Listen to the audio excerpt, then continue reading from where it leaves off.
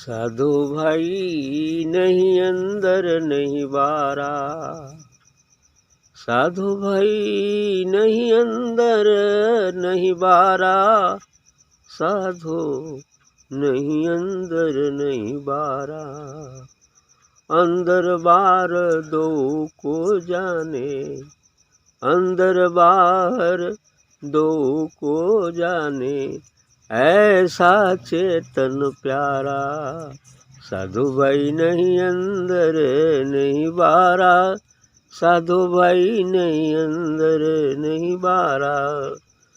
अंदर बाहर दो को जाने, ऐसा चेतन प्यारा। साधु भाई नहीं अंदर नहीं बारा, साधु भाई नहीं अंदर नहीं बारा। बीज वृक्ष पात फल फैला, बीज वृक्ष पात फल फैला, नीर वृक्ष सुसुनारा। बीज वृक्ष पात फल फैला, नीर वृक्ष सुन्यारा। यूं आत्म निर्बंधन कहिए, यूं आत्म निर्बंधन कहिए, नित निर्मल निराकारा। यूं आत्म निर्बंधन कहिए, नित निर्मल निराकारा। साधु भाई नहीं अंदर नहीं बारा, साधो नहीं अंदर नहीं बारा। आदि पुरुष की इच्छा शक्ति, बहुबुद्धि किया पसारा। आदि पुरुष की इच्छा शक्ति, बहुविधि किया पसारा। नाना भांति भावना मांडी, नाना भांति भावना मांडी, जुदा जुदा आकारा। साधु भाई नहीं अंदर नहीं बारा, साधो नहीं अंदर नहीं बारा। चेतन साखी सकल सृष्टि में, चेतन साखी सकल सृष्टि में, व्यापक निरहंकारा। चेतन साखी सकल सृष्टि में, व्यापक निरहंकारा। पाप पुण्य सुख दुख से न्यारा, पाप पुण्य सुख दुख सो न्यारा, सबको जाननहारा। साधु भाई नहीं अंदर नहीं बारा, साधो नहीं अंदर नहीं बारा। इच्छा आदि पसारा सब ही, इच्छा आदि पसारा सब ही, इंद्रजाल विस्तारा। इच्छा आदि पसारा सब ही, इंद्रजाल विस्तारा। इच्छा झूठ सत आत्म तत्, इच्छा झूठ सत आत्म तत्, यही विवेक तत्सारा। इच्छा झूठ सत आत्म तत्, यह विवेक तत्सारा। साधु भाई नहीं अंदर नहीं बारा, साधो नहीं अंदर नहीं बारा। विधि निषेध भाव इच्छा का, विधि निषेध भाव इच्छा का, इच्छा अल्प असारा। विधि निषेध भाव इच्छा का, इच्छा अल्प असारा। बनानाथ सतचेतन आनंद, बनानाथ सतचेतन आनंद, सोई स्वरूप हमारा, सोई स्वरूप हमारा। साधु भाई नहीं अंदर नहीं बारा, साधो नहीं अंदर नहीं बारा। बिल्कुल सही कहा है भोलानाथ ने। साधु भाई नहीं अंदर नहीं बारा। अब वो कहते हैं कि ये साधकों साधुजन, वो परमात्मा अंदर बाहर, न अंदर है न बाहर है, अंदर भी है बाहर भी है, दोनों बातें नहीं, अंदर नहीं 12 बाहर न अंदर है न बाहर है। वो अंदर बाहर दोनों को जानता है। साधु भाई नहीं अंदर नहीं बाहर, न अंदर है न बाहर है, लेकिन अंदर बाहर दो को जाने ऐसा चेतन प्यारा, जो अंदर वाला बाहर वाला दोनों को जानता है, वही असल चेतन तत्व है। वही असल चेतन तत्व है जो अंदर बाहर दोनों को जानता है। जैसे बर्फ, उदाहरण ले लो, जैसे बर्फ की सिल्ली हो और पानी हो, तो बर्फ की सिल्ली में भी पानी है, पानी अंदर में है, लेकिन जो बर्फ बना हुआ है वो पानी को डायरेक्ट आप उठा के नहीं पी सकते, उसका स्वरूप कुछ और है, लेकिन पानी अंदर में है।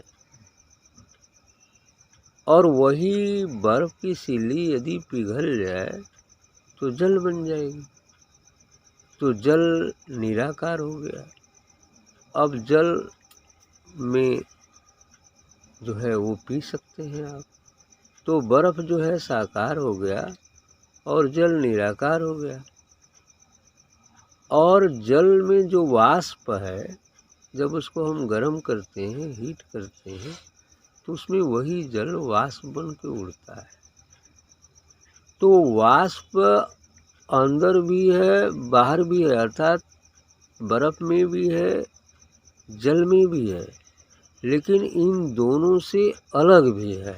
इसीलिए इन्होंने जो कहा कि नहीं अंदर नहीं बाहर, तो मतलब दोनों में है जरूर, लेकिन उनसे जो अलग स्थिति उसकी है वही असल तत्व है, वही चेतन है, वही अनाम है। तो इसलिए अंदर बाहर दो को जाने ऐसा चेतन प्यारा। आप दूसरा उदाहरण रख रहे हैं कि बीज वृक्ष पात फल फैला।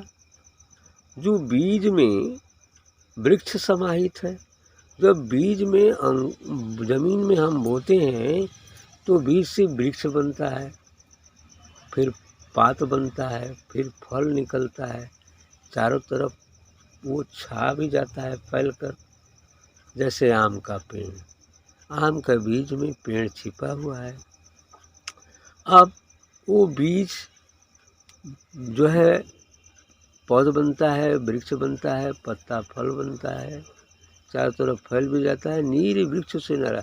लेकिन यदि उसको पौध को आप पानी न दें तो क्या करेगा? वो बढ़ेगा, फूलेगा, फलेगा? कुछ नहीं, सूख जाएगा। अब वो वृक्ष के अंदर जो पानी है, वो पानी वृक्ष से अलग है।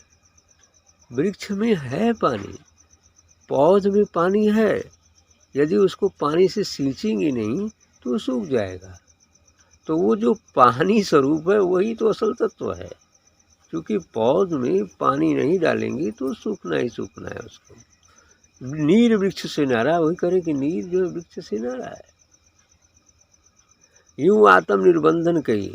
इसी तरह से जो आत्मा है, जो परमात्मा है, वो निर्बंधन है। वृक्ष पानी के अधीन नहीं है, पानी के अंदर भी नहीं है, वो वाष्प बन के उड़ जाएगा, खुराक पहुंचाया उड़ गया, है ना? उसकी वजह से वृक्ष है। तो यूं कहने का मतलब यहाँ पर इन्होंने कहा कि यूं आत्म निर्बंधन कहिए। इसी प्रकार से जो आत्मा हमारे अंदर बोल रही है, ये निर्बंधन है। शरीर में होते हुए भी शरीर से इसका कोई लगाव नहीं होता। शरीर में होते हुए भी शरीर से इसका कोई लगाव नहीं है, बस उसके होने मात्र से वह जो है शरीर चलायमान है, चल फिर रहा है, उठ बैठ रहा है, खा पी रहा है, लेकिन लगाव नहीं है। वो जब निकलना होता है तो बस सीधी सी ऊर्जा निकल जाएगी, काम खत्म, उसका कोई लगाव नहीं है। हाँ, यदि साधक नहीं है, जीवात्मा है, तो वही आत्मा सूक्ष्म शरीर से निकलती है, जिसके ऊपर उनके कर्मों और संस्कारों की गठरी लगी होती है, जिसके कारण वो 84 लाख योनियों में भटकता फिरता है, जन्मता और मरता है। लेकिन यदि साधक है, जीवन काल में ही सभी तीनों शरीरों, स्थूल सूक्ष्म कारण को तथा पिछले जन्मों के जब कभी भी मनुष्य रहा है, वो संस्कारों को जला के जब भस्मसात कर देता है ध्यान और साधना रूपी अग्नि में, भट्ठी में, तब वो परम शुद्ध हो जाता है। और जब परम शुद्ध होगा तभी उसको निज स्वरूप अर्थात आत्मा का, परमात्मा का साक्षात्कार होगा। जो कष्ट और मुसीबत हमारे जीवन काल में आते हैं साधना करने में, अर्थात जब ईश्वर की तरफ चलते हैं तो कष्ट और मुसीबतें भी आती हैं। वो आती ही इसलिए हैं कि पिछले जन्मों को जलाकर भस्मसात किया जाए। यदि उसको जलाया नहीं जाएगा तो ये हृदय शुद्ध कैसे होगा। और इस जीव पर पड़े जो आवरण हैं, जो तीनों शरीर हैं, प्लस साथ ही उसके संचित और प्रारब्ध कर्म है। प्रारब्ध तो कर भोगने से समाप्त हो जाते हैं, लेकिन संचित में अभी जो पड़ा हुआ है, प्लस वर्तमान में जो कर्म कर रहा है, इसको तो भोगना पड़ेगा। तो इसको भोगने के लिए ही तो दुख मुसीबत आते हैं, इसलिए उसमें घबराना नहीं चाहिए। वो तो ईश्वर की प्रसाद है, ईश्वर की कृपा है, जो दुख भेजकर आपके अंदर पवित्रता लाता है। उसी प्रकार जैसे सोने में गर्दा गुब्बार यदि मिला हुआ है तो जो सुनार है उसको अग्नि में तपाता है, और जब अग्नि में तपाता है तो उसमें चमक आती है, और जो उसके अंदर गर्दा गुब्बार होते हैं वे जल जाते हैं। ऐसा ही करना पड़ता है, तब वो चमकता है। तो चमक यदि लानी है तो गर्दा गुब्बार तो जलाने ही पड़ेंगे, और गर्दा गुब्बार नहीं जलाएंगे तो कैसे होगा। दूसरा एग्जाम्पल ये है कि मान लो एक फोड़ा हो गया है और उस फोड़े को ऑपरेशन ही मत कराओ तो क्या करेगा। एक दिन तो वो फोड़ा नासूर बन जाएगा, और नासूर बन के मृत्यु का कारण भी बन सकता है। तो ऐसे ही ये जो हमारे संस्कार हैं, जो ये स्थूल सूक्ष्म कारण शरीरें हैं, एक फोड़ा बन गई हैं, एक फोड़ा बन गई हैं। और इसको यदि सद्गुरु रूपी डॉक्टर के पास ले जाकर उसका ऑपरेशन न कराओ तो ये फेड़ा तो नासूर बन जाएगा, फिर 84 लाख का कारण बनेगा, फिर जन्मना और मरना जारी रहेगा। लेकिन यदि सद्गुरु रूपी डॉक्टर से उसका ऑपरेशन करा लेते हैं तो वो ऑपरेशन क्या करता है, ध्यान ही वो नस्तर है जिसको लगाकर वो फोड़े के अंदर जो चीज़ें हैं उसके ऊपर उसको काट कर ऑपरेट कर देता है। तो इस ध्यान सत्संग ही एक ऐसा जो है यंत्र है, एक औजार है, जिससे इस जन्म जन्मांतर के फोड़े, जो संस्कारों के फोड़े हैं, जो शरीरों के फोड़े हैं, उनको ऑपरेट किया जाता है। जब पूर्ण रूप से ऑपरेशन हो जाएगा तो ऑपरेशन करते समय आराम से होता है क्या। अरे ऑपरेशन करोगे तो छुड़ा चमेटा लगेगा तो कष्ट तो होगा ही। कितने मरीज तो लात भी मार देते हैं डॉक्टर को, गाली गलौज भी दे देते हैं, लेकिन डॉक्टर जानता है ये तो परेशान है ना, दर्द हो रहा है इसलिए परेशान हो रहा है ना, चलो ठीक हो जाएगा तो समझ में आ जाएगा। लेकिन वो नहीं उसकी बात पर ध्यान देता, वो तो ऑपरेशन करेगा ही करेगा, क्योंकि ऑपरेशन कर देगा तो जान जाएगा कि ऑपरेशन, जानता है कि ऑपरेशन कर देंगे तो सदैव के लिए ठीक हो जाएगा।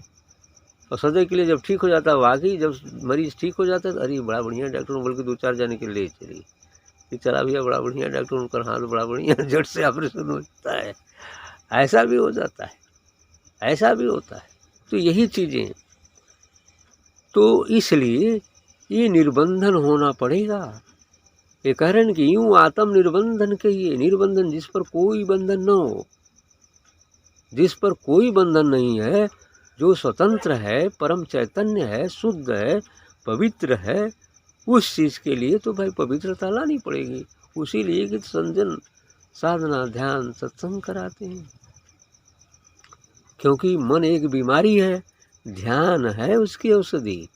मन रूपी बीमारी को ध्यान रूपी औषधि से मार डालो, फिर जो स्वास्थ्य लाभ होगा वो कभी मिटने वाला नहीं होगा। तो मन ही तो वो बीमारी है और इसी को मारना है। तो उस मन की दवा, मन को मारने की दवा सत्संग, ध्यान, साधना है। उसके अलावा और कोई दुनिया में दवा नहीं है जो मन को मार दे, जो मन को पवित्र कर दे। मन हाला मरता नहीं लेकिन पवित्र हो जाता है, ये चीज़ें होती हैं। तो इस तरह से पवित्र हो जाता है, तो पवित्र मन ही परमात्मा का साक्षात्कार करता है।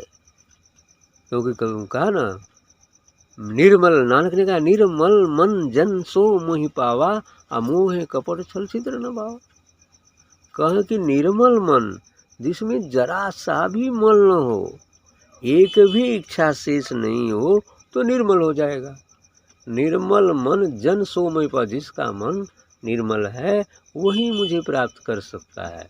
मोहे कपट छल छिद्र न भावा, यदि जरा सा भी कपट है, छल छिद्र है उसके अंदर, मन के अंदर, यानी एक भी विचार है तो नहीं पाया जा सकता। ये चीजें हैं। तो आदि पुरुष की इच्छा शक्ति बहुविध किया पसारा, ये संसार बना कैसे? आदि पुरुष सर्वप्रथम वह नाम सत्ता जो दिव्य प्रकाश का महासागर है, जो सभी अन्य ब्रह्मांडों में अंश रूप से व्याप्त होते हुए भी और सब उसमें होते हुए भी वह सबसे अलग थलग रहता है, जो दिव्य तेजोमयी है। उसकी एक इच्छा मात्र से ओंकार की उत्पत्ति हुई, आत्मा की उत्पत्ति हुई, और उसी ने समस्त ब्रह्मांड तथा इस ब्रह्मांड की रचना किया और जीव जगत की रचना किया, इच्छा मात्र से, एक इच्छा से। तो आदि पुरुष की इच्छा शक्ति बहुविध किया पसारा, और एक इच्छा शक्ति से तमाम पसारा किया हुआ है। एक ही ब्रह्मांड नहीं, अनेकानेक ब्रह्मांड है, जिसमें ब्रह्मा विष्णु महेश भी है। इसी तरह की रचना हर ब्रह्मांडों में है।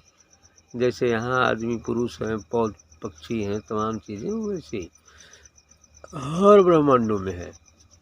हर ब्रह्मांड में ब्रह्मा विष्णु महेश हैं, जिन्हें सृष्टि का जो है रचना, पालन और संहार करने का ये जो है दायित्व दिया गया है, इस ओंकार शक्ति के द्वारा ही, उस आत्मा के द्वारा ही, पार ब्रह्म के द्वारा ही। लेकिन परम ब्रह्म अलग है, उसकी एक शक्ति मात्र ये अनंत ब्रह्मांडों को सृष्टि की हुई है, लेकिन वो तो अनंत है, अजन्मा है, शाश्वत है, परम चैतन्य है, अनाम है।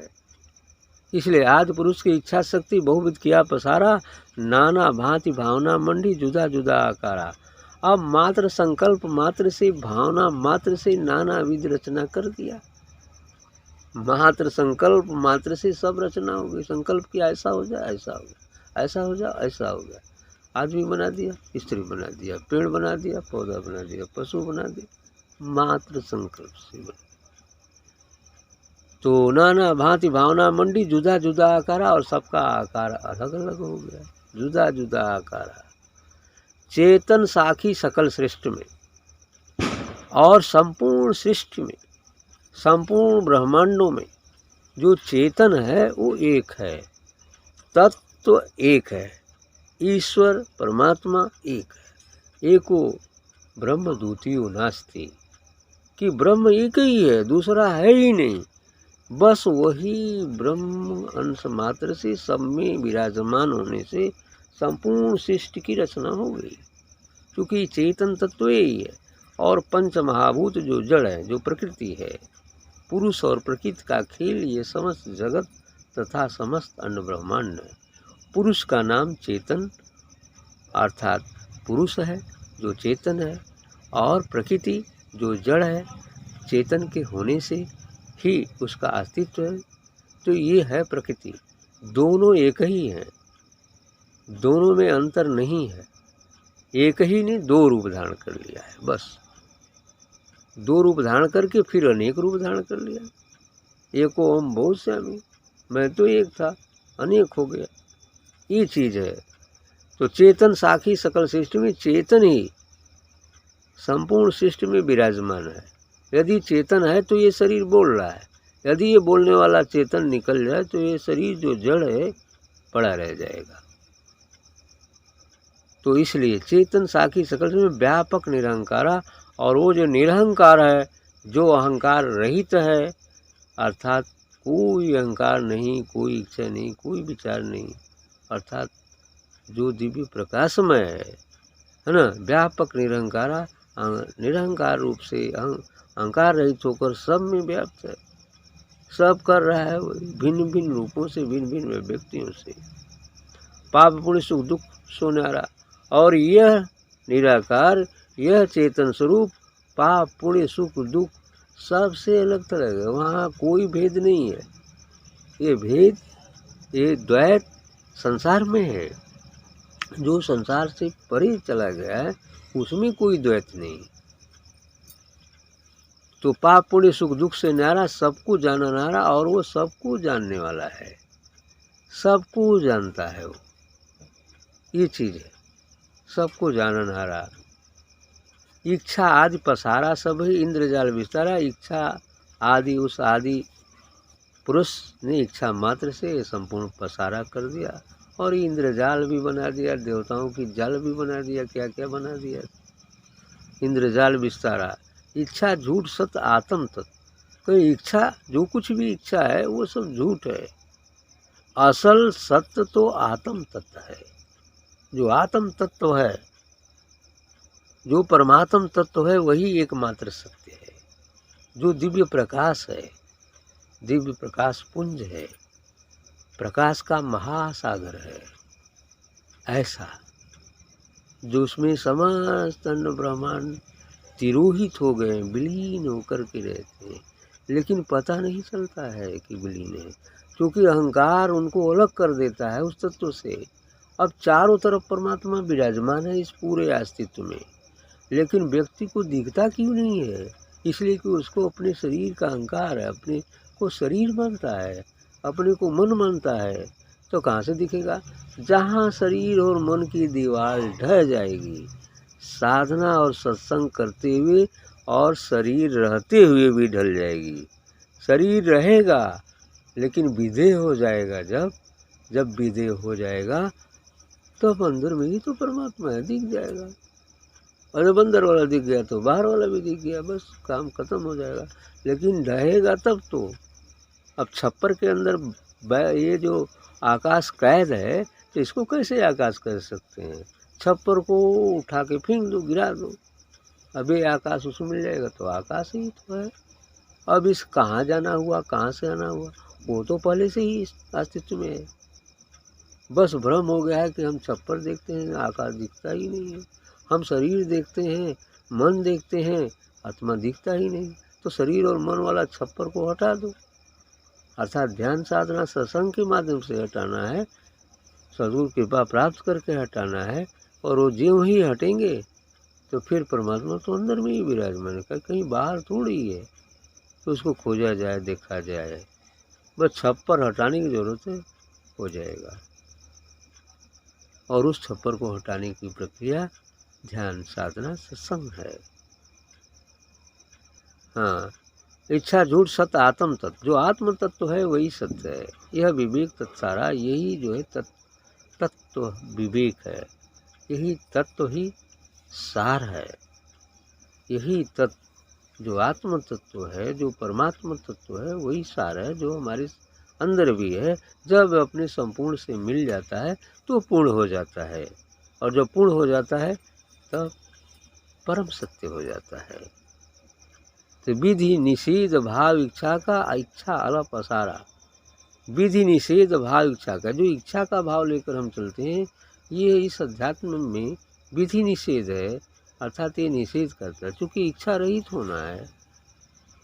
इच्छा अलप असारा, इच्छा जो है अल्प है, थोड़ा है, इसमें कोई सार नहीं है, असारा है, कोई सार नहीं है। सार तो सिर्फ उस मूल तत्व में है, उस चेतन तत्व में सार है।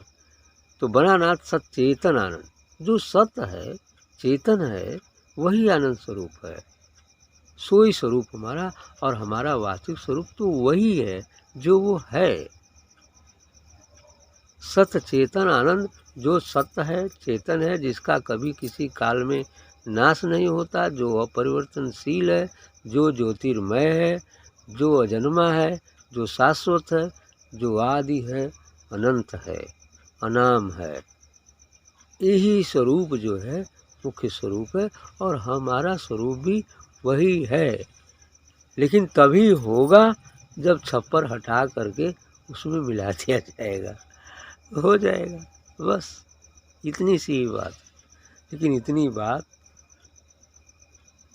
क्या समय ले लेगी, कोई ठीक नहीं। इसलिए यदि अच्छी साधना है तो कलयुग में 40 वर्ष का विधान रखा गया है। नहीं तो जन्म, 2 जन्म, 4 जन्म, 10 जन्म, पता नहीं कितना लग सकता है। और यदि इच्छा हो सद्गुरु की तो एक पल में भी हो सकता है, लेकिन एक पल में इच्छा रहित होना पड़ेगा, शून्य होना पड़ेगा, विधेय होना पड़ेगा।